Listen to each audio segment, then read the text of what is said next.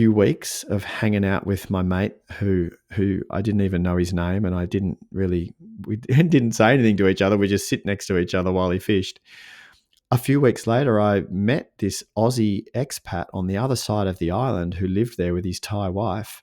And I was telling him this story of who I would sit with every day. He said, "Jem, do you know what he does for a job?" I was like, "No." He said, he's an assassin." I'm like, "What? What? What do you mean he's an assassin?" He said, "Yeah, that's how he makes his money. The people who want someone killed, they take a photo to him. They give him the photo. He goes and kills them. He comes back. He gets paid." My gosh. And I was like, "That's hilarious. I've just been hanging out with an assassin for the last few weeks." Welcome to the Where Have You Been podcast. I'm your host, Bill Ream, and each week on the pod, I have conversations with incredible guests from all walks of life. Expect to hear funny, crazy, emotional, life-changing, and even sometimes life-threatening stories and experiences that will entertain and inspire you. As always, I appreciate your likes, subscriptions, ratings, and reviews wherever you are listening.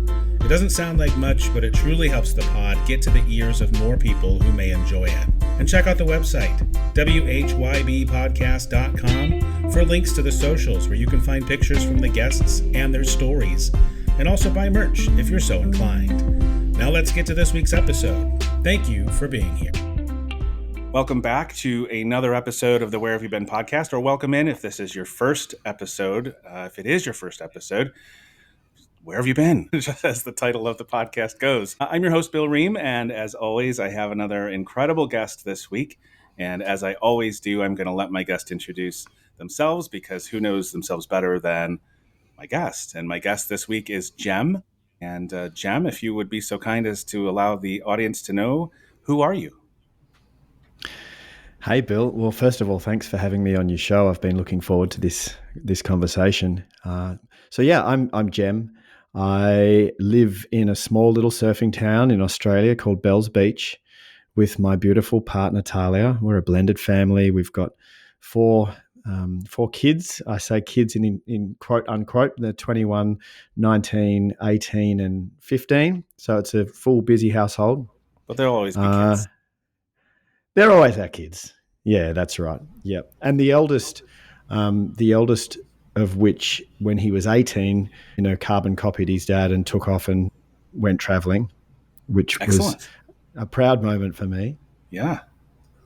The 18-year-old's currently in Thailand. The 15-year-old was just in Japan with his dad. And my two boys have been lucky enough as kids for me to take them to Malaysia and Indonesia and Thailand and places close to Australia so that we could get them there. But just for them to have their eyes open from an early age and to see what I've been passionate about my whole life is that there's a big wide world out there and there's many, many different ways of living. It's so important. As valid as each other. And for kids who are lucky enough to grow up in a city in Australia. Well, my kids grew up in a small country town, but to grow up in a country like Australia, where we're lucky, where they've been lucky, for them to go and see that there are kids who live with not much, next to nothing, and that their games are an empty tire and a stick that they're, hitting down the road kind of thing. So yeah, that perspective has always been important for me. Excellent. Yeah, I agree 100%. And as a matter of fact, I had a conversation with someone else on the pod one time about how my question was hypothetical. It would be very interesting, I think, to take a group of grown adults who grew up without travel and take a group that grew up with travel and just to see the differences in how they're living their lives today. I just think it'd be a very interesting social, experiment, I guess. It would be, yeah. It'd be fascinating. I mean, I might be wrong, but I would guess some things like people who have traveled to very different cultures around the world would probably be more open-minded. And how that would play out in your day-to-day experience is your relationships, your ability to communicate and connect with people with diverse backgrounds and ideas and ideologies, your ability to be able to, find resolution in situations where you might be having a very different opinion from someone across the table. from you, but if you're more open-minded, that you're more able to listen and seek to understand their point of view. Yeah, 100%, absolutely. So tell the listeners, what do you do out there in Australia? So the easiest way to encapsulate it is leadership coach. So I coach senior leaders in organisations across government and private and non-profit sectors. And then as a part of that leadership coaching is the kind of throwaway phrase. What I really care about is helping leaders become more conscious, communicate more effectively, build better relationships with the people that they work with, and therefore be more effective in their leadership. And so it does actually really end up being personal development for professionals. And to help with that, we've been running retreats. So there's a little tiny village in the Himalayan mountains of northwest India. And above that village is a temple. And the family that are the custodians of that temple and have been for thousands of years, they became my adopted family back in 1998 when I was wandering around India for years, barefoot and dreadlocked. And I ended up meeting this family and they kind of adopted me in. And so I've been a part of this family for almost 30 years now and running retreats there since 2013. So we run leadership retreats up in the mountains and we support the local community there, and we take our leaders trekking out the back, expedition style, with pack horses and guides, and we get right off the beaten track. There's nobody where we go, and we're camping. It's not for everyone. It's quite adventurous, a little bit uncomfortable, but it's absolutely stunning and a really beautiful experience. So that's the passion part of my work. That's awesome. And where can people find your work? Where can they find you? I know you have a website. Do you have any socials as well? Yeah, I mean, that particular program that I was just talking about then is meaningonthemountain.com.au. So it's they're boutique private experiences that we put together for private groups. So, but you can see all of the information on that program there. And the Meaning on the Mountain is tied in with our nonprofit. We've got a nonprofit that we incorporated this year, and that's called the Centre of Love. And the Centre of Love, we're just about to go out and raise money to build our nonprofit meditation retreat centre on some land that we've been given there. And all of the money that we channel through that retreat centre will continue to fund the education for kids in those remote villages that don't currently have access to education. So that's our nonprofit philanthropic passion that we're doing, which just before COVID, we raised money. When I say we, I'm talking about my partner, Talia. Talia and I raised money to build a small school, which was great. And then through COVID, the school ran out of money, and so it stopped. And so that was a bit disappointing. And I've been thinking since then, how can I set something up that is sustainable so that we don't need to keep asking for money, so that it funds itself and generates itself, and we can keep giving these kids access to positive education. So that's what we're building out now up there. That's excellent, really. That's awesome. And then you also have a website with your name where you have a book or two there? Yes. So jemfuller.com is where you can find everything that I do, all my coaching stuff, my books. There's tons of free resource on there. You can see both of my TEDx talks. There's a couple of free ebooks. But the book that has been published and won some awards is The Art of Conscious Communication. And that book you can grab the book off Amazon if you're interested. That's the book. And Jem Fuller is where you'll find me everywhere. I'm on Instagram as Jem Fuller and LinkedIn as Jem Fuller. And I'm pretty easy to find. Awesome. I like to get that stuff out of the way early, if only because I know our episodes run a little long, and sometimes people commute and they only listen to the first half or whatever that case may be. And I want it to be in their minds, early on. And I'll put everything in the show notes as well, of course, so that people can find you. So beautiful. Before we get into travel stories and the bulk of the show, I always do like to ask, when did travel become a thing for you in your life? It sounds like it was relatively young, but was it very young? Did you grow up with travel, or did you kind of make that a thing as you got into your teen years and a little older? Yeah, I grew up with it. Not relentless travel. It's not like I grew up in a family where we moved, consistently. But I was born in Haarlem in the Netherlands, so the original Haarlem. My parents are not Dutch; they just happened to be there because my dad was very international. His work had him living all around the world as a young man, and then my dad was from England, and he was working all around the world and happened to be working in Australia when he met my mum. Mum grew up in a small country town in Australia, and she's, I don't know, 5 or 6 generations Australian back to Scotland and Ireland. So most of my DNA is from England, Scotland, and Ireland. So I was born in Holland, then we lived in England for a year, then we moved to Australia. But because my dad was international as a kid, we would go and travel around the world. So I don't remember not being aware of there being a big wide world out there. And so when I was 18, as soon as I finished high school, the first thing I did was get enough money to get a one-way ticket to the other side of the world and started traveling.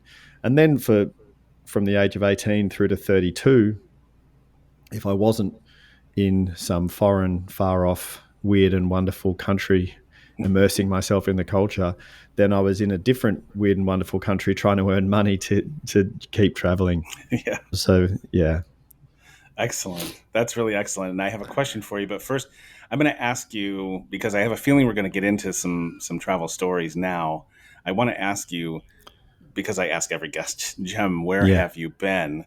And you don't have to list every place, but I do specifically want to start with, was there a moment when you were traveling with your family when a light bulb just went off? Like, do you remember being in a place and going, oh, I have to keep doing this for the rest of my life? Yeah. This is the first one that came to mind. I mean, there could have been hundreds of these, but the first one that came to my mind, I was 14 years old, and I was with my family, and we were doing a trip all across the States. And as a 14-year-old Australian, going to the US was like cool. It was cool because as a 14-year-old, it's like all of the culture, all the cool culture, and all of our movies came from America, and all of our fashion came from America, and all of the cool stuff, all the hip hop and then there was Disneyland, and then there was, all of the kind of Western culture stuff. But when I got there and my dad took us to the Grand Canyon, and we stood on the edge of the Grand Canyon, and I saw this massive, massive feature of nature, and that took my breath. That took my breath, and I was like, wow. And that kind of became part of a theme for me. A lot of my travel has been to places of really breathtaking, stunning nature, as well as culture also, but a lot of it's been about Mother Earth, about the planet. And yeah, I do. I remember that moment standing on the edge of the Grand Canyon and just going, wow, I want to see more places like this. Very cool. So, okay, so back to the question. I love that answer. So tell the listeners, even just some sort of an overview. Where have you been, Jem? Well, in no particular order, just as they come to mind. Lots of remote places in Indonesia and Thailand and Laos, Southeast Asia, and then India, one of my favorite places in the world. And India is like 270 different countries on one continent. The diversity there is remarkable. And Pakistan and China and Tibet and Bangladesh and Europe, many, many countries all through Europe, and Turkey and around that way. And obviously England and Ireland, Scotland, the US, across the US, Canada. I mean, Alaska is the US, obviously, but right up into Alaska and up the inside passage, right up into those beautiful remote places up there as well. And New Zealand and Tasmania, which are two of the best kept secrets in the world. The South Island of New Zealand and Tasmania are absolutely stunning. So yeah, places like that. Excellent. There's a lot of places that I'm really interested to hear about. Is there any place that sticks out in your mind that if you and I were just sitting down, maybe at a bar, having a glass of bourbon or a beer, or even sitting in a coffee shop, whatever your beverage of choice is, when we sat down and just started trading stories, is there just I want to give you the opportunity. Is there any like one or two places or stories or experiences that just jump out at you like this is must tell? Yeah, sure. So let's say it's 8 p.m. and we've just had a yummy meal and we're sitting in your favorite bar somewhere, and you've got a bourbon and a beer, and I've got a single malt whiskey and a beer. And I think the first story I would share with you, because it's meaningful and it's translated into, my passion work that I do now today, which is about connection and understanding and open-mindedness, cross-cultural connection specifically. And I was sitting on a public bus in the remote Hindu Kush mountains in northern Pakistan, and I'd been in Pakistan for a month, and I had just a few weeks before managed to smuggle myself into the Northwestern Frontier Province. It used to be called. It's called something different now, but back then it was tribal, still under tribal law. This was in the 90s. Still under tribal law. So Pakistani government had no jurisdiction in there, and the Afghanistani government had no jurisdiction in there. It was run by mujahideen. So it was pretty lawless. They would manufacture a lot of the country's opium into heroin in there. They were trading Kalashnikovs and weaponry and also food and spice and animals and everything. The markets were really quite amazing.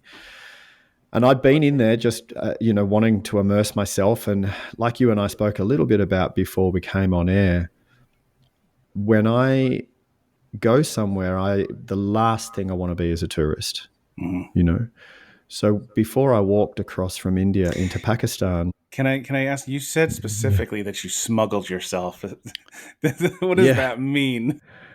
Well, as an Australian, I couldn't just go in there as an Australian tourist. They wouldn't have let me in. So I met a Pakistani man in the town outside, just on the border of the Northwestern Frontier Province, and he said if I paid him some money, that we could pretend I was Pakistani, and just not to speak. Just he was going to tell the kind of mujahideen guys with guns who patrol their borders. He was just going to tell them that I was mute. And oh my gosh. I had a beard. I was wearing kurta pajama. I can pass for Pakistani or Afghani, even though I'm not.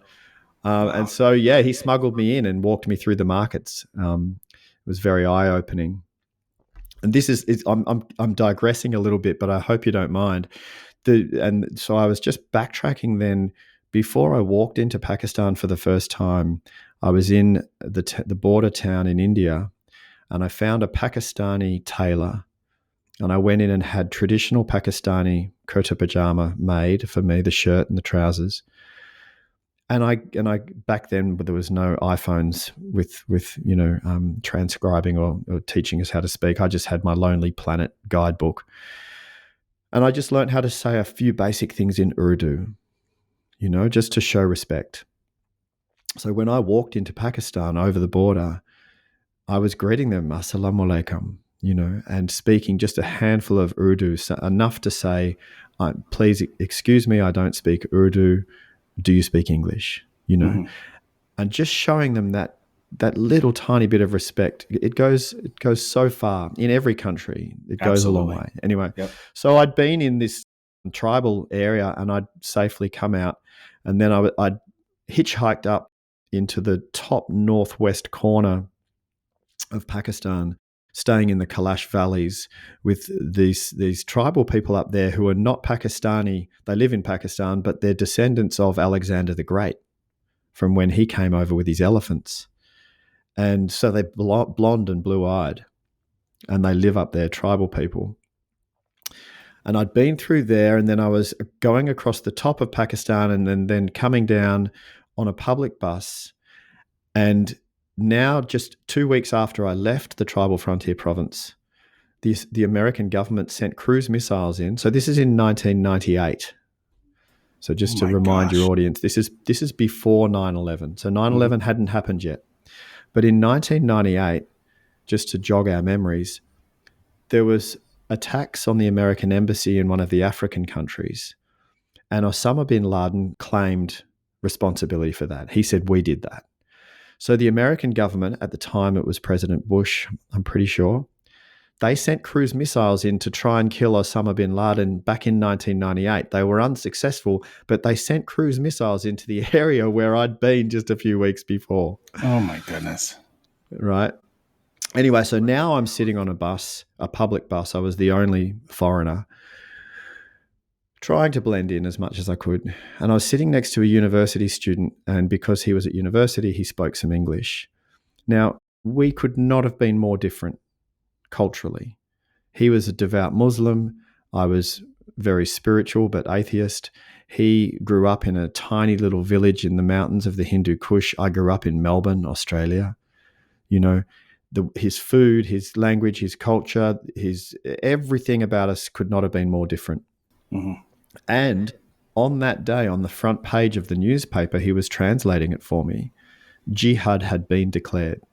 The headline was, Jihad has been declared. Holy war on the USA was declared, and it was on the front page of the local newspaper. And he was explaining to me what had happened. So when 9/11 happened a few years later, I happened to be in Barcelona when 9/11 happened. And as shocked and horrified as I wasn't actually surprised. I was like, wow, that's what they've been planning, right? Anyway, the story is I was sitting next to this young man, and he reached over to my arm and he touched my skin and he said, if we cut your skin here, and then he reached to his own arm and he touched his arm and he said, and if we cut my skin here, and then he looked me in the eyes and he said, we have the same color blood. We're the same, he said. You and me, we're the same. And then we locked eyes with each other and we had this most beautiful spiritual moment of connection where the two of us just dropped into each other's eye gaze, connected with each other in a way that I can only describe as being spiritual, in just in unconditional love. And the rest of the bus just kind of blurred out and disappeared. And for a minute or so, it was just the two of us in pure unconditional love connection. And it was beautiful. Thinking back to it now and remembering it almost brings a tear to my eye still, all these years later. I got chills, if that means anything. Yeah, man, you know, and and then we spoke for hours. We were on this bus together for, I don't know, 4 or 5 hours, and we just spoke and explored each other and the differences and it was really, truly beautiful. And he was helping me understand the essence of the Quran, you know, and the essence of the way that in his family, in his village, the respect for women was not what Western press would tell us it is. You know, his mother was his goddess. She was on a pedestal for him. She was the matriarch in his family, in his village, and his respect for his sisters. And yeah, it was a really, really beautiful connection, man. And you know, I didn't realize at the time how close I'd been to danger, but yeah, it was pretty out there. It's really, really incredible. And, you know, it's like, as I mentioned to you offline, like it comes up a fair amount in one way, shape, or form during the episodes about just how, you know, like you said with him, it doesn't matter where you are in the world, what your ethnic background is, what your current socioeconomic state is, or any of those things. Like, we're all human beings. We're all trying to get by. We're all trying to get through life. Most of us are trying to support our families and just spread love. And it's just, and you don't think about things like that necessarily, and I think it's easier when you get out and you go somewhere and you experience it firsthand. Yeah. So yeah, that's really people's fear of difference, whether it's a different color skin or a different ideology or a different religion or a different place or people's fear of difference is the fear of the unknown. You know, when you've got two people who are extremists in their beliefs, just say you've got someone who's white supremacist and then you've got someone who is from a small town in Sierra Leone in Africa, right? Maybe even someone who ended up being a child soldier. Right. And the differences could not be more, and they fear each other and they even loathe each other. Mm-hmm. It's just the fear of the unknown. When you get two people and you sit them down together and facilitate for them to connect with what they have in common first, like the color of the blood, but also things like we all have love for our loved ones. We all need food and water. We all need air. We all grieve the death of a loved one. When people can connect on these human fundamental principles first, you see what happens is that they actually start to build a rapport. They actually start to build a kinship, that they actually start to soften in their approach to each other. And the the fear of difference, whether it comes out as racism or whether it comes out as religious difference or whatever, it starts to dissipate. Absolutely. Absolutely. And that's what I've been really passionate about in terms of the travel. That's what it is for me, and especially today with the online algorithmic drive to create division, and people are being divided across these digital divides and clickbait and everything that's trying to, and then the political agenda of creating division. You're either this or you're that. You're either pro-life or pro-choice, or you're either red or you're blue, or this whole drive. It's not actually majority of humans' nature. Yeah. People are not. I really believe this. The average person, no matter what country you're in, the average person is not nasty, mean, and wanting to hurt people. Right? The average person just wakes up in the morning and wants to do their best to try and have their best day and look after their family and their loved ones. Yeah. And if you bumped into someone on the street in any country, an average person I'm talking about, not a psychopath or an outlier, I'm just talking about the average human. If you went up to them and asked them, did they think it was okay to murder a child? They're all going to say no. Yeah. But they're all going to say no. So I think it's good for us to remember that, as much as the Western news and the social media algorithms try and inflame and paint this picture of humans being horrible and out to get each other, it's just not true. Yeah. And I'll add a couple things to that. I think one thing that we don't realize as myself being an American, we think that we can turn to certain news media outlets and we're going to hear the truth.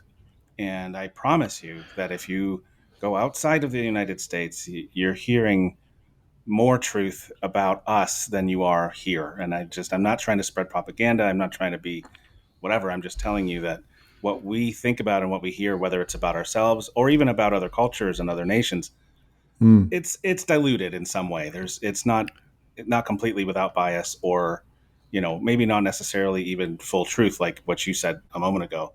And I also think there's something to be said about, I think we've gone too far. And again, I'm only speaking as an American, but I think we've gone too far with some things saying, I prefer this over that, or I lean this way because I agree with these beliefs or whatever. But that we're taking that too far. We're defining ourselves by these things instead of just saying, we're all Americans, we're all humans, but we can believe different things or believe in different things or appreciate different things when at the end of the day, we're still just all people. And we're defining ourselves by these things, and then we're creating divide. And I hate to see it, and it just keeps happening, and it keeps getting worse. But yeah, and there's a deeper part to this as well, because when we identify with our ideology or our political ideas or our religion, when we identify with it, so our sense of identity, our ego is very literally tied up in what we believe. Our ego is necessarily defensive. It's a survival mechanism. It evolved with us as a species to keep us alive. And so it's fueled by fear, and it's super, super defensive. And we actually know this neuroscientifically. The same part of our brain lights up when we talk about our sense of identity, who we think we are, as when we talk about our ideology or our religious beliefs or our political beliefs, right? So when someone says, I'm Republican, they are identifying with that as in that's actually their sense of identity. They've forgotten that when they were a baby, a brand new little baby, they weren't political at all. They were just a baby. Right. We've forgotten this. And so how it helps to remember this, look, I am Jem. and I aspire to be kind and loving and caring and open minded, etc. So I'm aspiring to be my values, my character. That's who I am, and I I choose to subscribe to this idea and this idea and this idea, but they don't define me. They're just ideas that I'm subscribing to. When we remember this, then that means that you and I can sit in a room together, and if you vote for the other political party and I vote for the other political party, that we can loosen our grip on right and wrong.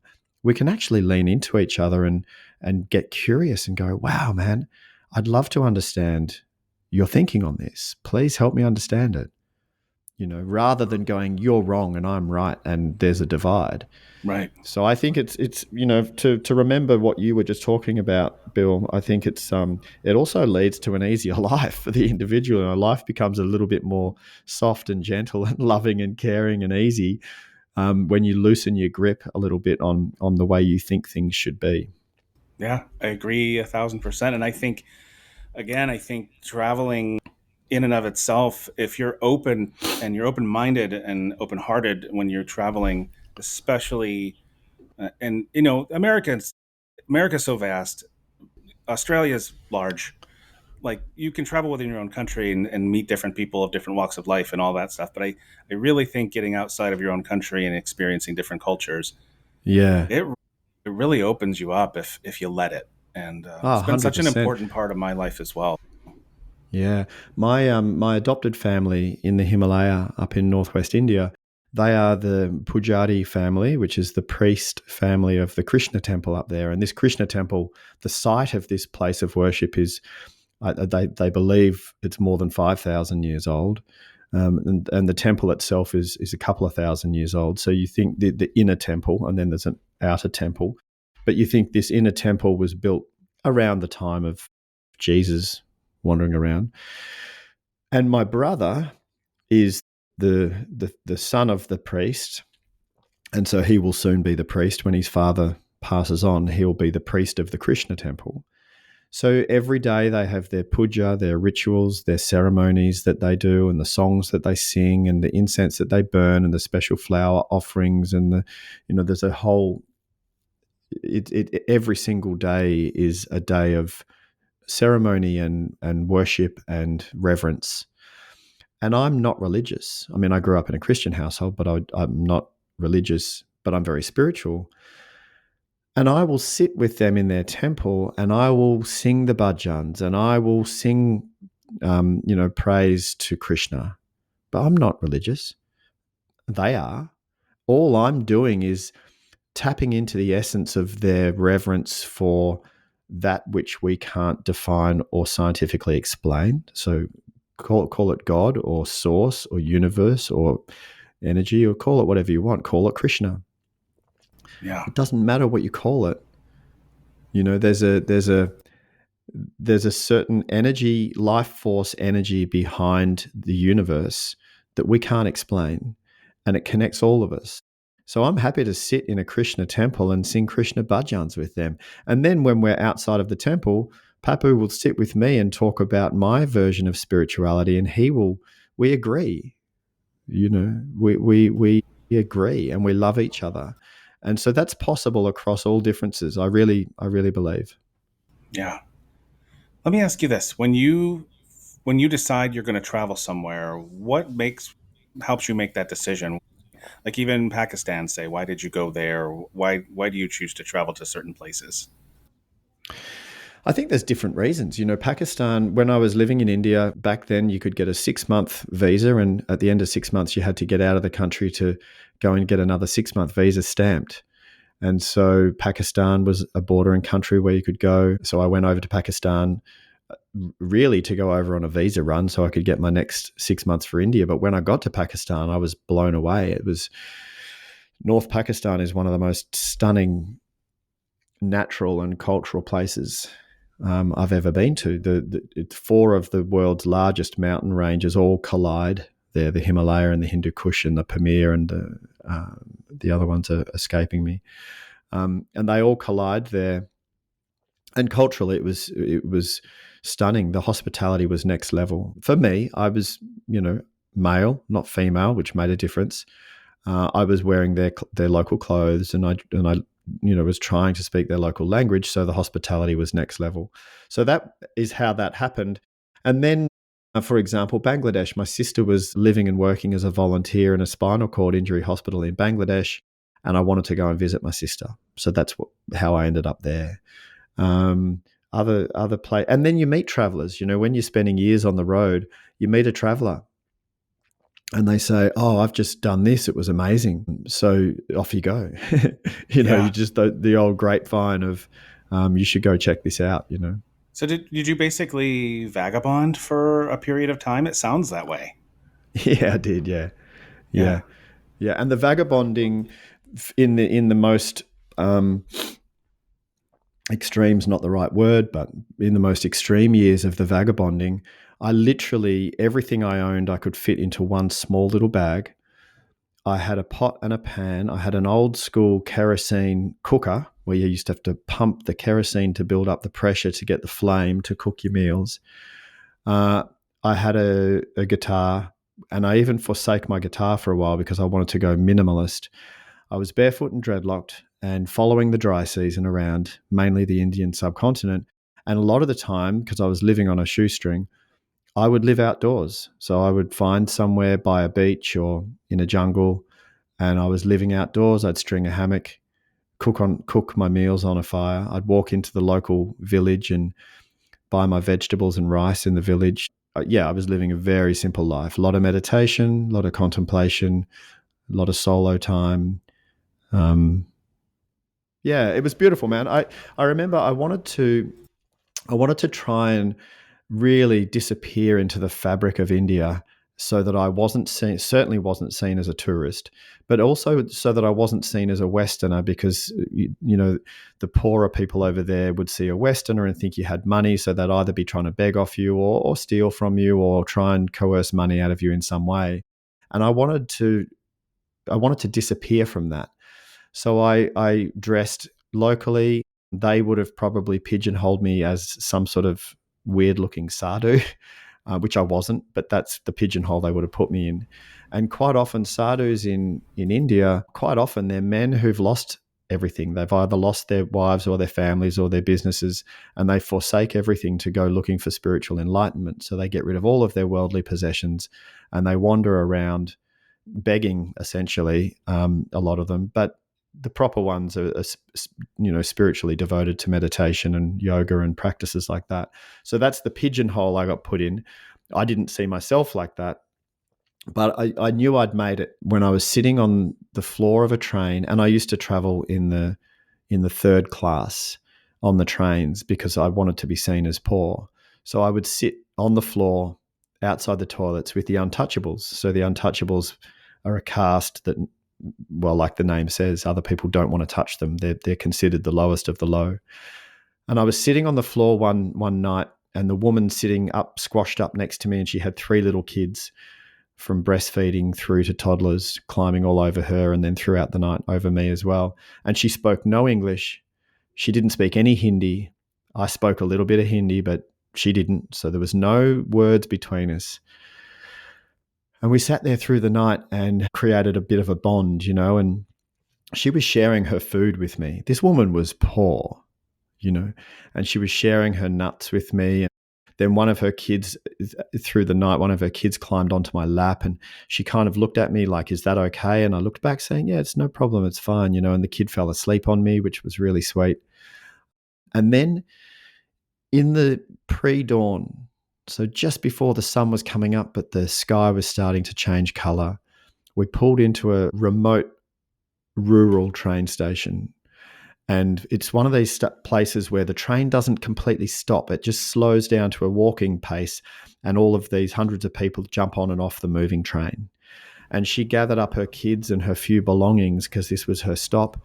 And she climbed over me to get off the train. And as she climbed over me, she reached her hand out, and I was half asleep. It was pre-dawn, and I kind of thought she was just shaking my hand or something to say goodbye. So I put my hand out. She pushed a 5 rupee note into my hand. Oh my She gosh. gave me money. And I was like, I said, Didi, no, sister, no. And I tried to give it back to her. Dude, I I had money in the bank. Yeah. I was a fraud. I was pretending to be poor so that I could fit in. She pushed this money into my hand, scooped up her kids, and jumped off this train. And the train picked up pace and started to speed up off into the rural India. And I remember sitting there by the door, first of all feeling bad, and then very quickly letting go of that and going, no, Jem, she was saying namaste. She was saying, I see you and I support you on your quest to find truth, and I felt that's when I felt, wow, I've made it. I am really immersed into the culture of this land. It's beautiful. That is absolutely beautiful. And another reminder, like, we have to remember too that moment for her, that meant something to her too. So That's right. A lot of times we can't get over ourselves when someone offers us generosity or praise or whatever. But when you tell someone else how great they are, or you offer them something, doesn't it make you feel good? So we have to, I think, as humans, we have to try to get over that as well, because it was a That's moment so for both true, of you, man. not just you. Yeah. Yeah, that's so true. And if we can't receive, we're blocking somebody else's giving. Exactly. So yeah, no, that's really true what you just said. That was meaningful for her. She felt like she was playing her spiritual part in the whole situation. Mm-hmm. Yeah. And I was actually going to ask you to kind of steer toward India, because you said at the very beginning that it was such a meaningful place for you. So if you don't mind, if you have anything else that you'd like to share from your time there, that would be wonderful. Yeah. India, people either love or hate India. I loved it from the minute I first went there. I first went to India because I went to Nepal, and I went to Nepal because of Mount Everest, right? It's this iconic, tallest mountain in the world. Got to go to Nepal. Went to Nepal, loved Nepal, and then crossed over the border to check out India, and then fell in love with India. And then I've had a love affair with India ever since, and that was back in the early 90s, the first time that I went there. But the most remarkable year that I spent there was the year after my first identity crisis. I didn't really know what this was at the time, but I was in my late 20s. While I was 26, 27 years old, I was living in a squat in London. A squat, a vacated building where you just kind of go in there illegally and live there. Yeah, we call them squatters here too. Yeah. Okay, cool. Yeah. So I was squatting in London and came to the end of a relationship that I'd been in since I was 19 years old, and we were engaged. We had never got married, but that relationship ended and I was brokenhearted. I started to lose myself and I was using drugs and not in a good place at all. And my sister, my actual sister from Australia, she'd been volunteering or working around Europe, and she flew into London and she came and found me and saw, that I was really not in a good place. And she said to me, "Hey, I'm going to be back in India in December. Can you get there? Remember, that's why you're in London. You came here to save money to get back to India again. Do you want to come and meet me?" She gave me a timeline, and she was like my angel, And so I had a job, and I went and just started working extra hard, and I saved up money to get back to India. When I got to India this time round, I was in Varanasi. Varanasi's, I don't know if you've been to Varanasi. I have not. Okay, so Benares is the holy city. It's probably the holiest city for Hindus in India. It's considered the gateway to nirvana. If you die in Benares, you go straight to nirvana. You skip all of the cycles of having to be reborn through different lives. That's what they believe. It's on the Ganges, the holy river. It's a stunning city. And so I went there first, and I was just living in a simple little guest house, sleeping on a mattress on the floor and sitting there. And I was lost. I didn't know who I was now because I wasn't her partner, and all the things I'd identified with before, I wasn't interested in anymore, and I didn't know who I was. I was having an identity crisis. And so then I said to myself, do you know what? I'm going to run an experiment. I'm not going to identify as, what I do, because I don't know what I want to do. I'm not her partner. I'm not these things. And so I'm going to run an experiment. I'm not going to have any design on the future at all, right? I'm going to let go of all design on the future. So I ran this experiment, not just for a few weeks, for a year, where I would wake up in the morning, and if I felt to stay where I was, I'd stay. And if I felt to move, I'd pack my bags and I'd walk to the train station and I'd move. And dude, this year was the most remarkable year of flow I've ever experienced. It was incredible. I traveled on my own. When people said to me, when you meet people and they go, "What do you do?" all I would say is, "I travel. I'm a traveler." And when they said, "Where are you going?" I said, "Well, I'm getting on this train to go here today, but beyond that, I don't know."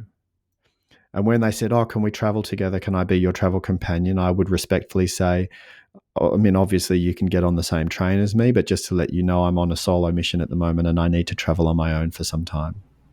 And they would say, okay. And this year of flow was insane. So for people who know India, India can be the most beautiful place to test your patience, right? Because everything can be a struggle. So you turn up to the train station, you're queuing up for the ticket, you're in the queue for 2 hours, you get up to the ticket counter and the person closes the window and says, "I'm going on a lunch break," right? You go to the bank to get money and they say, "You've got to go here to sign this, to here to sign this." You go to 5 or 6 different people in the bank just to cash in a traveler's check back in the day, right? Everything seems thick with red tape. Mm-hmm. Normally, it's tricky. This year, everything flowed. Like I literally would walk up to the train station and as I would arrive, the train would be leaving and I'd step on the train and we'd go. And I know that this was my perspective because even when terrible things happened, like I had a very serious motorcycle accident. I was getting around on a motorbike for quite a while. And I was on my way up to Kumbh Mela, which is the biggest festival in the world, largest gathering of humans on the planet. And I was on my way to this festival and I had a very serious motorcycle accident. But because I was in a state of flow, I saw this as a healing opportunity. And I went up to Rishikesh on the Ganges. And anyway, that's a whole other story, but ended up experiencing a miracle healing. Right. So when I say I was in a state of flow, it didn't mean that everything was perfect from the outside, but my experience of everything was that everything was meant to be and everything was going as it should. And so therefore it was super flow. So India is a very spiritual place for me. It's there's obviously a lot of hardship. There's a lot of poverty and there's a lot of extremes. You know, the wealthy are some of the wealthiest in the world and the poorest are some of the poorest in the world. And that's all true. But also it is a place where I've got friends and family over there who are poor and they're the happiest people I know. Yeah. You mentioned that's another story. Would you mind expanding on that? Or would you rather not? I don't mind at all. I love sharing stories. So the motorcycle accident story? Yeah. Yes, please. Yeah, sure. So, well, when I first decided to get my motorbike, I had to change because I'd successfully become disappeared into the fabric of India and poverty. And so people didn't beg from me anymore. In fact, they gave me money. And then when it came the opportunity to buy a motorbike, I was torn because I was like, wow, I'm going to be getting around on a brand new Enfield motorbike. And so obviously I've got money then, right? But the trade-off was that when you have a motorbike, you can get right off the beaten track. Yeah. When you're on public transport, you're kind of restricted to where public transport goes. Mm-hmm. But I saw this opportunity of a motorbike to be able to go and get lost. And I did many times. I spent months and months just riding out on roads. But this was back in the time when there was no smartphones, right? So we didn't have any maps. I mean, we had paper maps, right? But everything was written in different languages and I didn't know where I was. So I'd just go out and get lost and meet locals and get pointed in directions and go on this exploration. And so then it came to wanting to go from Delhi up into the foothills of the Himalaya, specifically just north of Rishikesh, to a place called Lakshmanjula, where I was going on the tip of a traveler, a French-Canadian woman I knew, Yannick. And Yannick had said to me, you should come and stay at the Bombay Guest House in Lakshmanjula. When you cross the bridge, turn left, go to the Bombay Guest House. That was the instructions that I had. And then a month after me arriving there was going to be Kumbh Mela. And Kumbh Mela is that big, massive festival in India where everyone comes up to bathe in the holy Ganges, and they have 100 million people over a month or so come. Oh my gosh! Yeah, I think at any one point in time the largest amount of people is 30 million or something. I might be wrong on those numbers, but it's something like that. It's incredible. Yeah, it's stunning, dude, and all the different sects and groups of Hindus have their different auspicious bathing times, right? So this is a slight little tangent. The more you and I hang out, you'll see that I go on tangents. But for example, the nut bubbers. So these are the sadhus who, when they're all dressed up to do their thing, they're not dressed up at all. They're wearing a loincloth. So they're basically naked. Some of them are just completely naked. Some of them have got a loincloth. They carry the Shiva trident. They cover themselves in kind of war paint, and they've all got really, really long dreadlocks. It was their time to bathe in the Ganges. I was standing on the side of the road that they were going down, and they were shoulder to shoulder across the whole width of this 2-lane road, all running down, kind of going rah, rah, rah, running down to the water. And I did an estimate. They were about 12 of them across, so shoulder to shoulder across the road, and they were bumper to bumper. If it was traffic jam of people, they were all smushed up together, and they were running past me, for about an hour and a half. Oh my gosh! Right, that's how many of them there were. What? When you see a marathon kick off, like a big the New York Marathon, and you see the start, and at the start it's just like that many people all running together. It was like that, but they were running past me for an hour and a half. And there was this one guy who was on the edge, and so you've got all the tourists and the other pilgrims and everything all along the edge, and he was going up to everyone and scaring them, just coming up and sticking his tongue out and with really angry eyes and coming up and going rah rah to people like this. And he came up and he saw me and he dropped his whole facade. He looked at me and he smiled and he said, "Namaste ji." My God. And then he went rah rah and kept running. But he clocked me, looked at me, and he went, "This is all a game," It was beautiful. But anyway, so I was on my way up to this festival on my motorbike, and I was in a small little town, really, really small little village.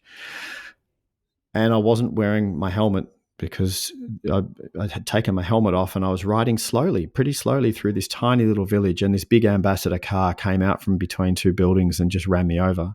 I didn't even see it coming. I was riding my bike. I caught the flash of something out of the corner of my eye, and the next thing I was coming to in the little doctor's surgery. I'd been unconscious. And the villagers in this little town, the little village, had seen this unconscious foreigner lying on the road, and they'd picked me up and my motorbike and all of my belongings, because everything I owned was on this bike. Mm-hmm. And they brought it all to this little doctor's surgery. And when I came to in this doctor's surgery, I came to just as he was coming to inject me with something. And I had my wits about me enough to say, whoa, whoa, whoa, whoa, whoa, whoa. And I pulled out my travel. I used to carry like a travel wallet around my neck with all my documents, my passport and my traveler's checks and whatnot.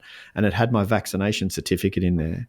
And I pulled it out and I said, "What is this?" And he said, "Tetanus." And I showed him and I said, "Look, I don't need it. I've had it." And I showed him my vaccination history. Mm-hmm. And he went, okay. And then he started making another needle. And I was watching to make sure that it was all clean and, it had been autoclaved and everything. And he pulled out this other new syringe and started filling it up. And I said, "What's that?" He said, "Painkiller." And I thought, I'm probably going to need that. You better give that to me. So he gave that to me. Now I'm in this little tiny room, jam-packed with local men.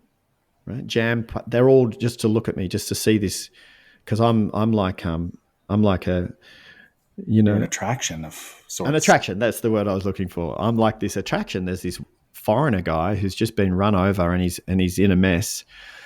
Let's check him out. And I had a beard and dreadlocks, but I also had facial piercings. I had piercings in my lip, and they were like, "Who is this weird dude?" I had stretched ears and I'm covered in tattoos, and they're like, "Oh, wow, man, this is cool." And they're all packed around my bed. And I said, "Who was it?" Like I was looking for the guy in the room who'd hit me. And I'm going, who was it? And they all said, no, he's long gone. Like he hit you and just kept going because that's what you do over there. Anyway, so I looked around and then I asked everyone to leave. They all left except for the doctor, and I did a bit of a check over my body, and then the doctor left and the nurse came in. I did a bit of a check to see if there was anything broken, and there wasn't. I didn't feel like anything was broken, but I could tell my knee was messed up. It was swollen. But then I looked at my hands, and my hands were now bandaged, and I'd lost all the skin off the backs of my hands. My feet were bandaged, and then I felt my head, and my head had just been bandaged, like they'd wrapped bandage all around my head. And I didn't realize at the time, but I'd lost half the skin off my face. Oh my gosh. And some deep gouges into my face as well. My face was pretty messed up. But then I sit up in the bed and I'm like, oh, my bike. Like that's all of my money's invested in this motorbike and it's got all of my gear and everything. I'm like, oh. So I stood up to walk out. I pulled the IV drip out of my arm and the nurse said, no, you've got to sit down. And I said, please, Diddy, my bike. And I walked outside. The whole town was standing outside this little doctor's surgery in the dirt, just standing there waiting for this Aussie guy to come out, right? And I came out and there was my bike. They brought it over, propped it up, all of my belongings. They hadn't stolen anything. And just as I was thinking, I'm looking at my bike and the front forks were bent. Just as I was thinking, right, now I need to find an Enfield mechanic. The Enfield mechanic, the only one in town, he's waiting over in the corner of this field, knowing I'm going to need him at some point. And as soon as I'm thinking Enfield mechanic, he stands up. He's like, Hanji, like, yes, sir, I'm here. And he trots over with his son and he wheels my bike literally over the road to his Enfield mechanic shop, which is just opposite the doctor's surgery because it's like a little one-horse town. And his son put me on his motorbike and rode me over there. And so they start pulling my bike apart to fix my bike. And I'm thinking I need a pharmacy. So wait a minute, though. Wait a minute. So you just woke up from surgery. Yeah. Right? I mean, relatively in a very short period of time. And you decided to go across the street and... Well, I looked around this town and I knew my injuries were severe, and I looked at this town and went, I do not want to get stuck here. I don't want to be healing here. It's in the middle of nowhere. It's tiny. I just thought I've got to get out. I got to get out of here. Worked well enough that you felt okay to. I mean, this is just crazy. Yeah, and I think I was in shock as well, and I'd just been unconscious, and I'd come out of concussion, but I just knew I didn't want to stay in this town. I wanted to get to where I was going to. Okay. That's all I knew. And so I went over to the pharmacy and by now the blood had started to come through my bandages. So my head was wrapped in bandages, but the blood was coming through. And I went to the pharmacy and I got some painkillers from them. And I went back over to the Enfield mechanic and sat there while they fixed my bike. They fixed my bike. I went to pay for the repairs on my bike and I was out of it. And they showed me the piece of paper with the numbers written on it. And I saw one more zero than there actually was. Mm-hmm. So I thought it was, say, 20,000 rupees, but it was only 2,000 rupiah. But I thought it was 20. And I was like, oh no, I don't know if I've got enough money. And I started counting out all the money onto the table in front of the mechanic and his mates sitting around. And when they realized that I was trying to give them too much, they said, no, too much. And they gave me back the money that I'd been trying to give them too much of. Wow. Right? So people think about that you'd be getting ripped off and they'd steal all your... No, it was the opposite. These people were beautiful, right? So I paid $10 to have my motorbike fixed or whatever it was. Unbelievable. And then got back on my bike and it was a 4-hour ride to get to where I was going.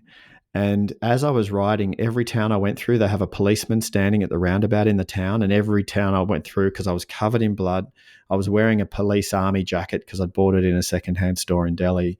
And every time the policeman would try and call me over to them and I just would speed up around them and not stop. I was like, I'm not stopping because I'll get in trouble. I kept riding. I got to Laxmanjula, the bridge to cross the Ganges up in the foothills of the mountains. The bridge is one of those swaying rope bridges. Mm-hmm. Like a suspended bridge, that's right. Yeah. Like an Indiana Jones bridge, but in better condition. But you can't ride your motorbike across it. You've got to push your motorbike across. And it's very narrow. Like you two people can only just get past each other, walking past each other on this bridge. And I was pushing my bike across and everyone was staring at me like, what the hell? Here's this guy who's had a massive accident pushing his motorbike across this bridge. Who is this person? Yeah. I got to the other side and I could just hear Yannick's voice, cross the bridge, turn left, go to Bombay Guest House. So I did that. I got to Bombay Guest House and I pulled my bike up out the front and I walk in and it's a big courtyard with rooms around the courtyard, very simple accommodation. And the owner comes out and he just sees trouble, right? He sees a Westerner covered in blood, wrapped in bandages. He just sees trouble. He's like, out, out, out. We're full. Get out, get out, get out. Dude, I was so lucky. Yannick happened to be there when I came in. She came out of her room, which was the room on the floor, surrounding the courtyard. She came out of the room and she saw me. And she's like, Jem, put on the med. Like, swearing. She's French, Canadian.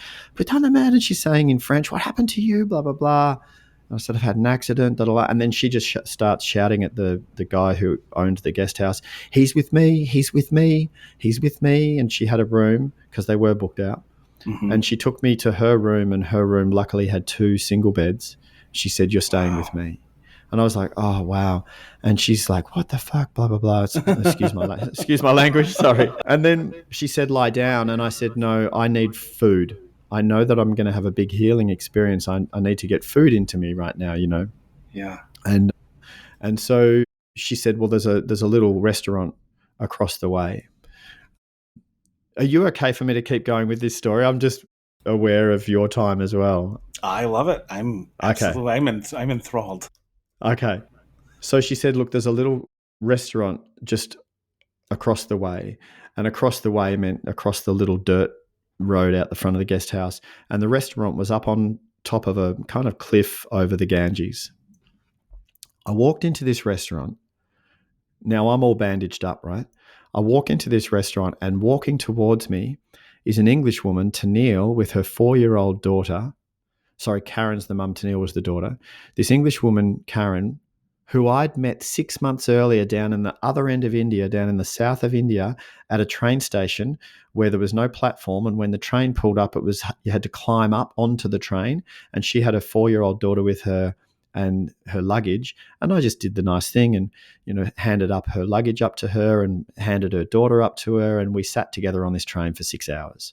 And we connected and we, travelers connecting, right? That was 6 months earlier. I walk into this restaurant. She's walking towards me with her daughter.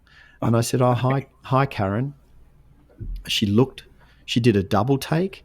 She looked beneath the bandages. I said, it's Jem. And she was like, what? Wow, what happened to you? Blah, blah, blah. Turns out that Karen was a senior emergency nurse from a hospital in London. That was her career. She was also a Reiki master. And she just dropped everything. She dedicated the next 2 or 3 weeks to my care. She came after I'd eaten. She took me back over to the guest house. Her and Tennille helped me get all my clothes off and washed me, lay me down, dressed my wounds. She said, Jem, you should really go to hospital. And I said, no, I don't want to go to hospital. I've had hospital experiences here in India. They weren't good. I don't want to go to a hospital. And she said, okay, we'll try and do your care here in the Bombay guest house. She said, but if I see any sign of infection, I'm taking you to hospital. And I said, okay. That's fair. So then we had this amazing holistic experience where all the people in this little tiny village on the Ganges heard about this Aussie guy, and I had all these different healers coming. So I had Karen doing Reiki and Western medicine, dressing the wounds every day. I had people coming and doing magnetic therapy and Reiki therapy and didgeridoo massages and all different types of stuff. I had these 2 Italian brothers that would come every day and pick me up and carry me down to the holy Ganges so I could touch the holy water, and then they'd carry me back up to my room. Oh my gosh. It was really stunning. Like once I was mobile again, I was walking down the street and this backpacking couple from Finland said, oh, you must be the Aussie guy who had the accident. And I'm like, yeah, that's me.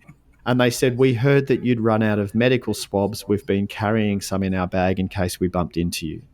You're kidding me. Dude, that's what this was like, this experience. And so here's the miracle part. the miracle part was that it ended up being an accelerated healing. Now, not only had I lost half the skin off my face, but the gouge down the side of my nose and down the side of my temple, the gouges were so deep and thick that when I looked in the mirror and saw them, I had to come to terms with the fact that I was going to be quite heavily facially scarred for the rest of my life. And I came to terms with that. I'm like, that's okay. This will be me. But I'd accepted that I was going to be quite heavily facially scarred. On day 10, so 10 days after the accident, Karen's taking off the dressing off my face to redress my wounds. And her face, she took the dressing off and her face was this look of shock. And I said, oh no, what, is there infection? And she said, no, Jem. In 20 years of nursing, I've never seen skin regenerate like this. And on day 10, I had brand new skin, brand new baby skin across the wounds, and the gouges had started to fill in. The skin had started to grow to fill in the gaps. I had no stitches. I had there were no stitches in these gouges. And she just said, I've never seen skin do this before. That was on day 10.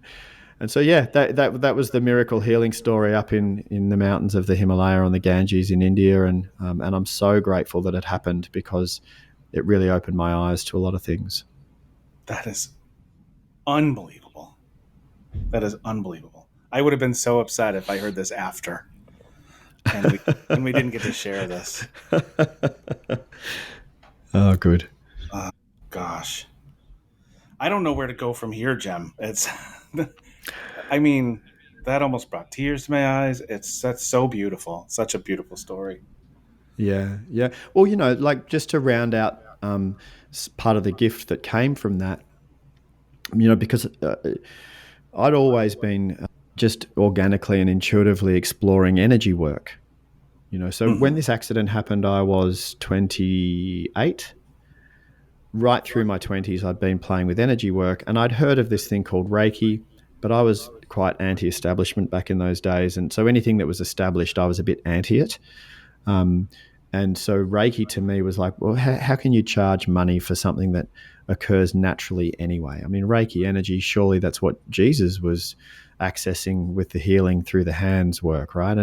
And for me, it was just normal that energy is, we can shift and move energy and we can do healing with energy. To me, that was normal, and I didn't want to charge for it because it's the same as photosynthesis. When a tree creates oxygen, that should be free. We should be teaching our children how to, harness the healing energy through our hands was my thinking. Yeah. And still is to some degree. And Karen, the nurse who was responsible for leading the healing process for me, she said, Jem, the Reiki energy moves through you really, really well. Would you let me induct you into Reiki, and would you like to learn how to practice Reiki? And I initially said, no, thank you. Respectfully, I'm not into it. I'll just do my own energy healing. Mm-hmm. After the 10 days, she said to me, Jem, can you please get over yourself? Can you get over yourself? You are getting in the way and blocking a gift that I'm offering to give to you that you can then give to others. And I said, okay, you got me. Fair enough. So she inducted me into Reiki, and then the part of the initiation was that for 30 days you have to do Reiki on yourself. So here's me healing from a motorcycle accident. I still can't walk properly. So I actually did 90 days of, 2 hours of Reiki on myself every day. Mm-hmm. But then what happened after, and then I started practicing Reiki. And then what happened after that was sometime later, I think maybe 3 or 4 months later, I was in Bangladesh. I mentioned Bangladesh earlier. Mm-hmm. Before. My sister was working in the spinal cord injury hospital, and I was there just volunteering, doing what I could do, changing bed sheets or helping out however I could help out. And there was a gentleman in there who was not quite yet an outpatient, but he had this muscular, I don't know if it was muscular dystrophy or something, but if you imagine his hands were cramped, so all his fingers were curled closed, and the muscles in his hands were constantly contracted, right? So his hands were contracted almost into fists, and he couldn't free them. And the therapists had tried massaging them, etc., and it couldn't do them. I wasn't allowed to be giving Reiki when I was there because it wasn't seen as a proper healing modality. So I wasn't allowed to, but I would just sit with him, and between the two of us, I would just quietly, gently give him Reiki, and I'd put my hands on his hands, and it worked. His hands would relax. And his hands would relax, and then I would sit with him every day, and his hands would relax more and more and more. And then when he was about to be discharged and become an outpatient, he got worried, and he said, "But I need you. I need you to help me relax my hands and relax my muscles." And I said, "You don't need me." I had an interpreter. I said, "You don't need me. You can do this for yourself." And I taught him how to give himself Reiki. Oh my gosh. I taught him how to give himself Reiki, and he left the hospital. And then we heard back, over the month that I was still there, and he'd gone back to his village, and we heard back, and his hands, he'd taught himself how to relax his own hands using Reiki. It's so incredible. Right?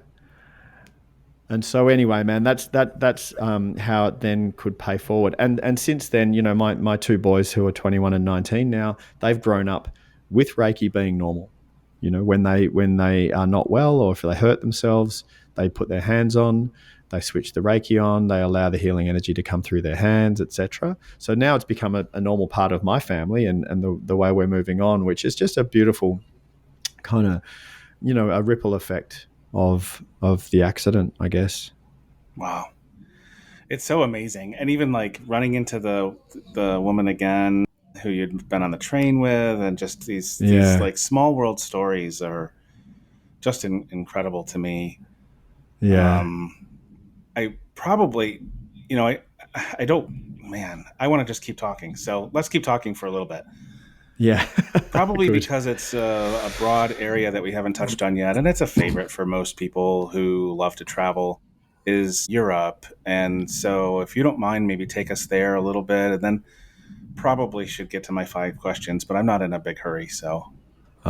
Yeah. Oh man, the first memory of Europe is the last time I was there, which was a couple of years ago to visit. Well, we went to London for a dear friend's wedding, and then I wanted to take Talia down to meet really, really close friends of mine who live in the south of Spain, and they live off the grid, completely off the grid. And I actually met these 3 people. So Chris, and then a couple, Roy and Son, are friends of mine, and I actually met them in Naga in Himachal Pradesh in India the first time I was there, which is my second home, the place I've been talking about with the temple. Mm-hmm. I met these 3 people, and they're European, and I met them in India back in the 90s, and we've stayed close friends ever since. And so Chris lives on some land in a community in a valley, and he's got his own land, and it's completely off the grid. Everything's solar, everything's fresh water. He grows all of his own vegetables. He has an olive grove. They press organic hand pressed olive oil, and live this beautiful, beautiful, simple life. And it's still cheap. You know, you go into the little restaurant up in the mountain village there, and you still can eat for, you know, as much as you can eat for $5. And you know, fresh. And fresh produce, and good wine, and, you know, good, basic, simple, tasty food. And yeah, I love Spain. People who haven't been to Spain might not realize how arid it is. There's a lot of desert in Spain, you know, and you go all along that Spanish coastline on the beaches, and it's very, very dry, but obviously beautiful as well along that Mediterranean coastline. I didn't realize that, actually. Yeah. Yeah. It's interesting. Talia and I were driving from our friend's property, and we wanted to go and have some days on that Spanish Mediterranean coastline, you know, a little bit of a holiday within the holiday. And it said national park. And national park for us here in Australia, when you hear national park, you think of forests and trees and greenery and all that, right? We get to this national park, it was like tumbleweed. It was like a desert with tumbleweed. We're going, wow, this is the national park? Okay. We weren't expecting desert. But then you drive through the desert, and then you come down onto the coastline, and the beaches are different to the beaches here in Australia. The beaches are white sand and palm trees, and, you know, and over there was like pebbly beaches no trees, but beautiful little cafes along the beach, and crystal clear turquoise Mediterranean water. So really quite stunning, and in the afternoon after being on the beach, and you make your way over to a cafe and, and have a drink and some tapas, and yeah, beautiful. That's awesome. And you've been other places in Europe besides Spain, right? Yeah. I don't know that you've been to like all over Europe, but you've been to multiple places. Yeah. Yeah, no, I haven't been all over Europe. I haven't been into a lot of Eastern Europe, but most of Western Europe, and then through Greece and over to Turkey, and also back in 1989, end of 1989, start of 1990 in Berlin, just as the wall had come down, but it hadn't come down fully yet. It was still there, and people were taking chunks of the wall as souvenirs, and back in those days. But also Norway, for some reasons, coming to mind. I went to visit a friend in Norway, and I was blown away with Norway. Yeah, it's somewhere I would like to get to, actually. Yeah, So yeah, tell me yeah. more. Well, my memories of Norway are that everybody paid 50% tax. So the taxes were really high, but the social welfare was amazing. There was no one on the street. Everyone was looked after. It was a real working, I don't know. It's obviously not socialist technically, but it was a real working monarchy. They loved their royal family, and they respected the royal family, and they all paid their taxes, and everyone got looked after. It was really expensive. I'm glad we were staying with friends because, we got looked after. I remember it being really expensive. I also just remember how stunning the nature is. I mean, you drive north of Oslo up through all the fjords, and they've got countless glaciers and fjords carving the coastline up the northwest coast of Norway. Wow. Absolutely stunning. I remember also driving onto frozen lakes, and the younger adults, the 18, 19-year-olds in winter, which is when I was there, and you drive out onto the lakes, and they'd be spinning their cars in circles, and kind of like an ice ballet of cars out on these frozen lakes, which I thought was pretty cool.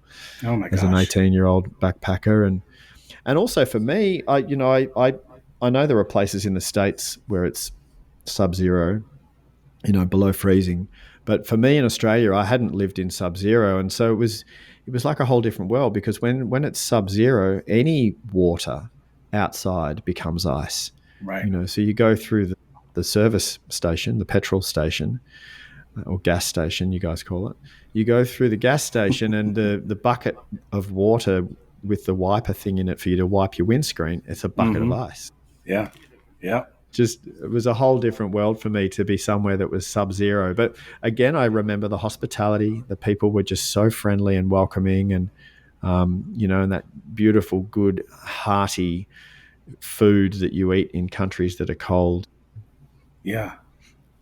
Yeah. Soups and stews and things like that. Yeah, absolutely.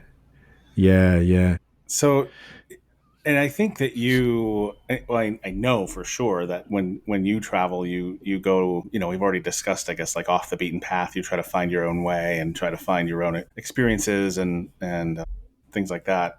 Adventures, I guess, is the word I was looking for. Is there anywhere else that you remember very specifically, even if it's someplace we haven't already talked about, but where you just really, maybe even if you were close to like a tourist destination, but you still found some really awesome adventure that the average person wouldn't, that you can think of? Yeah. I was remembering then. So this would have been in 2000, and my then wife and I, we just got married, and we were off on a 2-year working honeymoon around the world, because I was still traveling back then. And we started in Thailand, and we had no plans. We literally I used to just get a one-way ticket somewhere and just turn up and then see what happened. That's the way I used to travel when we had the luxury of time. And so we turned up to Bangkok, and we didn't know where we were going to go. And then I bumped into a traveler who who I knew from India from previous years, and we bumped into each other on Koh San Road in Bangkok, as you do. It's Again, like, hey, just randomly. oh, completely randomly, Oh my gosh. yeah, completely randomly. And back then, it was kind of like, oh, of course, hi, how have you been? Where have you been? What's been going on? So we just sat down and had a beer together, and he said to me, man, I've just come from this island that no one knows about. It's super remote, super cool. Get down to this island, get over to the far side of the island. There's a Thai family there, and they've got two little bungalows on their property. And so we took his advice. We went to this remote island. We had to island hop a little bit to get there.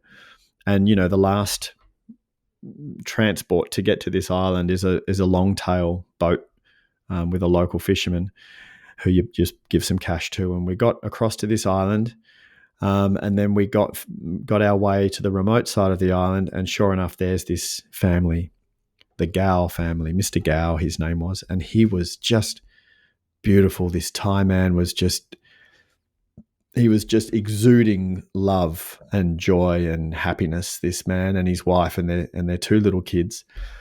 And so me and my newlywed wife and I were the only two there. And we got our bungalow, and it was just this Thai family and us. And we ended up staying there for 6 weeks.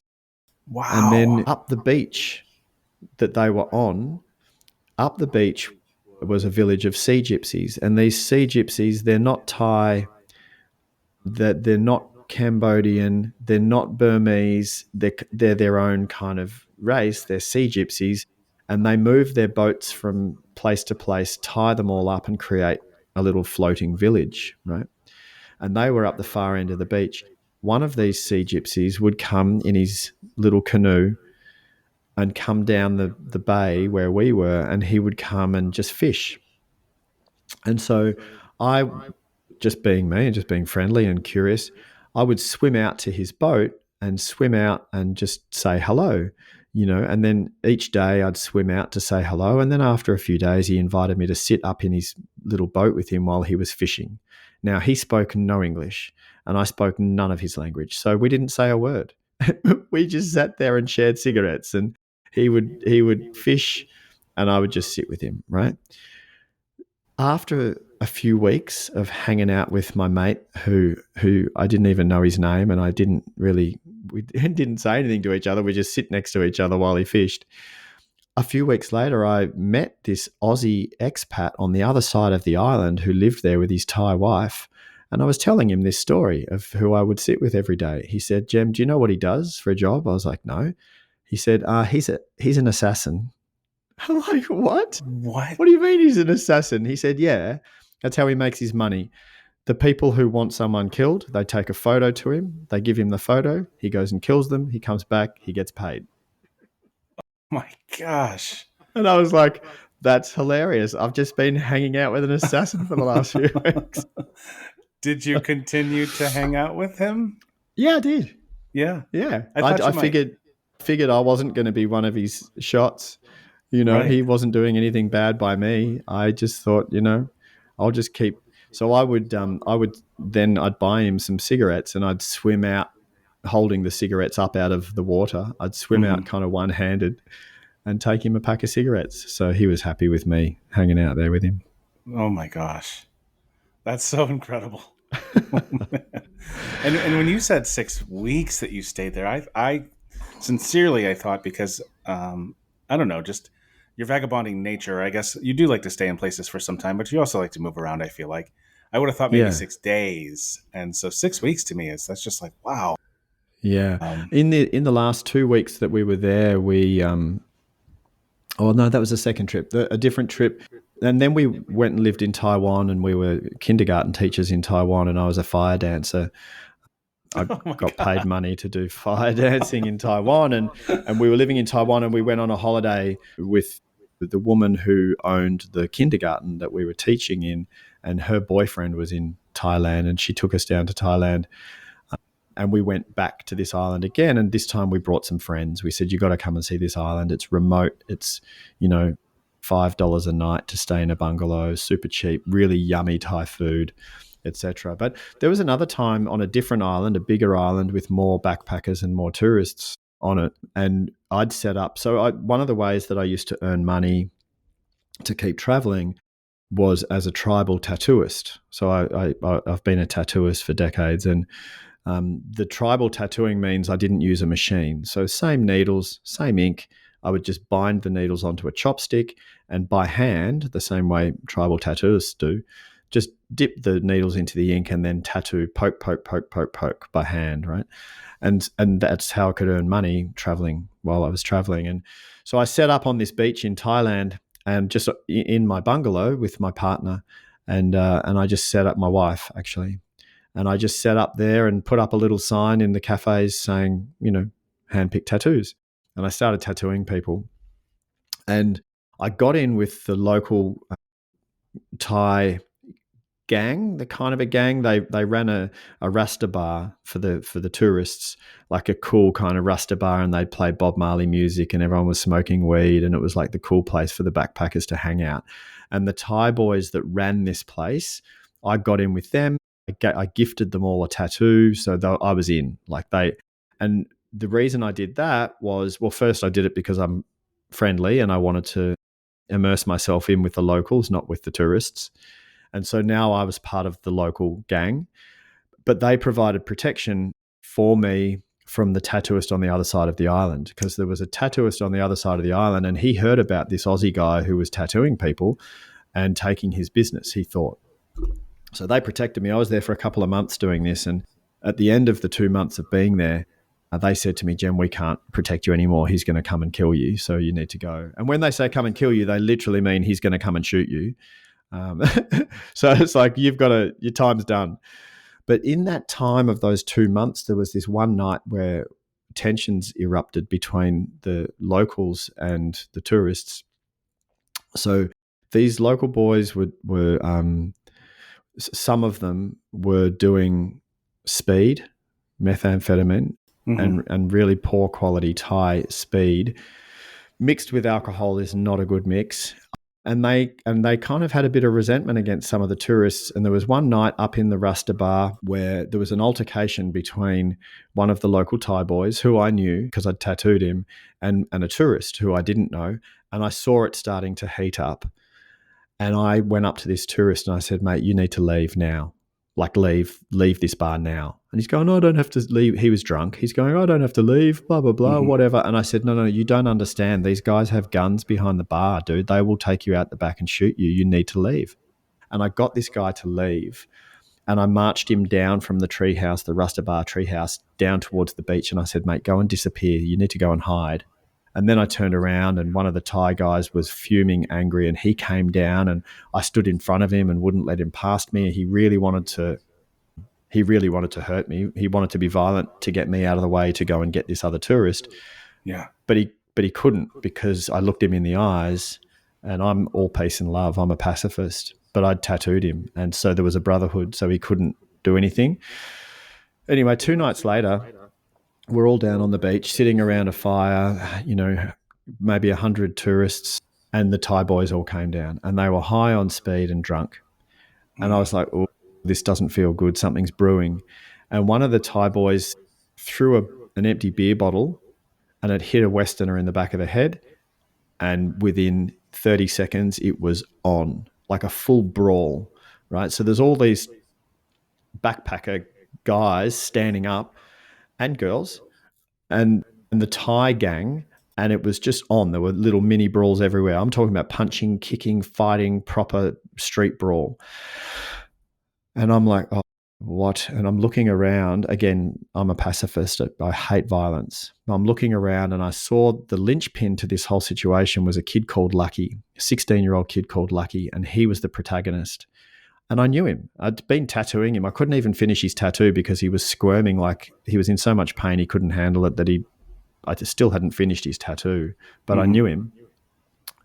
And I saw that he was the linchpin, and I saw a Western girl got punched in the face, and that just triggered me. I'm like, this has to stop.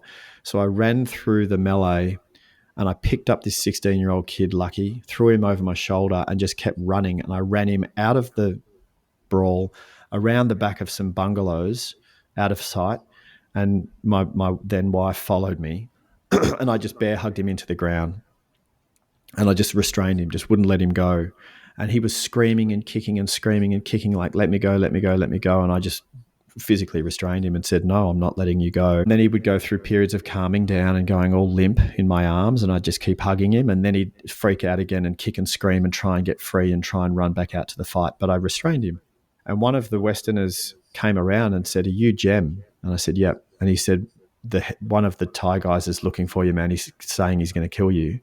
And I said, that's fine, whatever, he won't. Anyway, after a while, I'm like, I'm going to walk Lucky back home. I'm going to get him back home, because the boss of the lead guy of this Thai gang was actually a really lovely guy. He wasn't a violent person. He was the Rasta hippie stoner. And so I took Lucky with me down the beach, and I was restraining him and walking him down the beach to get him home. And the violent Thai guy, whose name I can't remember, Snake Eyes we used to call him, because he had these really full-on intense eyes. He stood in front of me and blocked my path and squared up against me, went into fighting pose like he was about to fight me. And I just looked him in the eyes while I was restraining his little brother. I just looked him in the eyes and just walked towards him, and walked and then brushed past him, and he stood aside and he let me go. And in that moment, I didn't know even. I was like, well, gee, he might get violent with me. But I pushed past him, and I got the young boy Lucky up to the treehouse, and I gave him to his, like his father figure. And I said, dude, and Lucky was screaming, I'm getting a gun. I'm going back with a gun. And Lamont, the boss, said, no, you're not. So I diffused the situation, delivered the kid home. And then the next day on the beach, there were, a bunch of backpackers walking around with bruised eyes and bloodied noses, and it was like, wow, man, that was pretty heavy, So yeah, I don't know how I got onto that story, but there you go. That's man. I mean, these stories are so incredible, and you tell them so well that it's like I can visualize all of this stuff as you're talking. You're a great storyteller, so this has been awesome. Oh, that's lovely, man. A lot of these stories are in my book too. Oh, really? Yeah. That's fantastic. Yeah, very cool. Yeah. So, I mean, we're definitely getting to a point where we really should probably get to the 5 final questions that I have. But I do want to give you just one last chance before we do. Is there anything else that's just popped into your head that you're like, I got to tell this before we wrap? No, man. I'm feeling good. Okay, good. And if anything does come to mind while I'm asking the 5 questions, and often it does, they lead into little mini stories. That's fine too. So. Okay. All right. All right. So question number 1 is, of all of the places in the world that you have been, what has been the most memorable meal experience you've ever had? Morocco, Casablanca. Yeah, a couple of years ago, and we went to the Casablanca hotel, and then there was a restaurant. Oh, what was the name of this restaurant?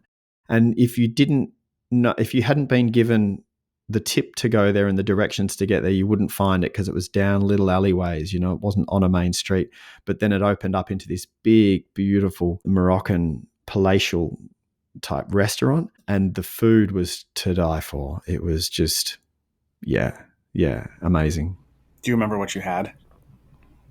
We just had the smorgasbord. We were like, bring out the feast where you get 10 different dishes that just keep coming out one after the other.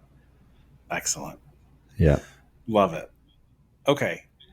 I think I may know the answer to this one, but I'm not sure. Question number 2, of all the places in the world that you have been, if I even came to you and said, Jem, here's a free trip, go have fun, whatever, explore, where's the one place you would not go back? Ah, nice question.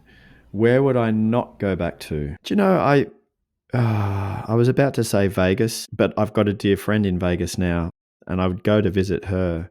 But where would I not go back to? I'm just going to stick with that. Vegas. That's fair.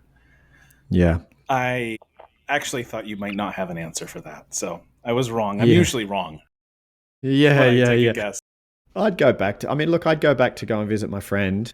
But in terms of Vegas, for Vegas's sake, I've been there, done that, and it's pretty two-dimensional.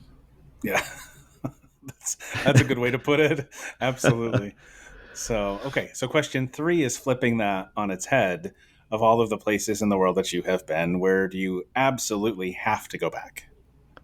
Well, that's India. I mean, it's my second home. I'll always be going back there. But there's places I haven't been I want to get to. Well, wait a second. Okay. Jumping the gun. So India is your answer, and I'm not surprised. So, yeah. So now question 4 is, of all the places in the world that you haven't been, and I try to limit it, like not bucket list, because my bucket list is massive, but just the 2 or 3 places or one place that you just absolutely have to get to. I've had a really strong calling to Costa Rica. I haven't been there. My partner Talia has lived all through Central and South America, but I don't think she's been to Costa Rica. She's been everywhere else around there. But I've had a really strong calling to Costa Rica. Well, if you're going to go there, we'll talk. It's one of my favorite places on earth.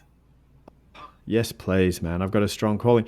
A friend of mine is indigenous. Well, we were in-laws together, and then we both got divorced out of the same family that we'd married into, so we became outlaws together. But we were married to sisters, and he's indigenous Costa Rican, Juan, and I've tattooed him. I've tattooed his face, actually, and the backs of his hands, and we're brothers. We'll always be brothers. And he's back home in Costa Rica, and I'd love to go and sit with him in his land, you know. And just to be clear, when you tattoo now, you use a gun. No, all by hand. You still do it the same way? Yeah. Oh, wow. That's incredible. Yeah. I'm looking to get some work done, so I'm sure it's cheap for me to get over to Australia. We'll just... Yeah. It'll be worth it. It probably wouldn't be worth it, but... Yeah. So, question number 5, easy one. You'll know the answer if there is one. What do you already have planned on your docket? Where are you going? We're supposed to be going to Japan in 2.5 weeks because I was asked to speak at a conference, a humanitarian conference on the Peace Boat out of Osaka, the World Expo. But I heard a whisper that the event on the Nobel Prize winning Peace Boat, I've heard a whisper that the event might be getting postponed. If it is, we might flip the script at the last minute. Instead of going to Japan, we might go to Thailand, maybe, not sure. But we've got tickets to Japan booked for 2.5 weeks from now. Awesome.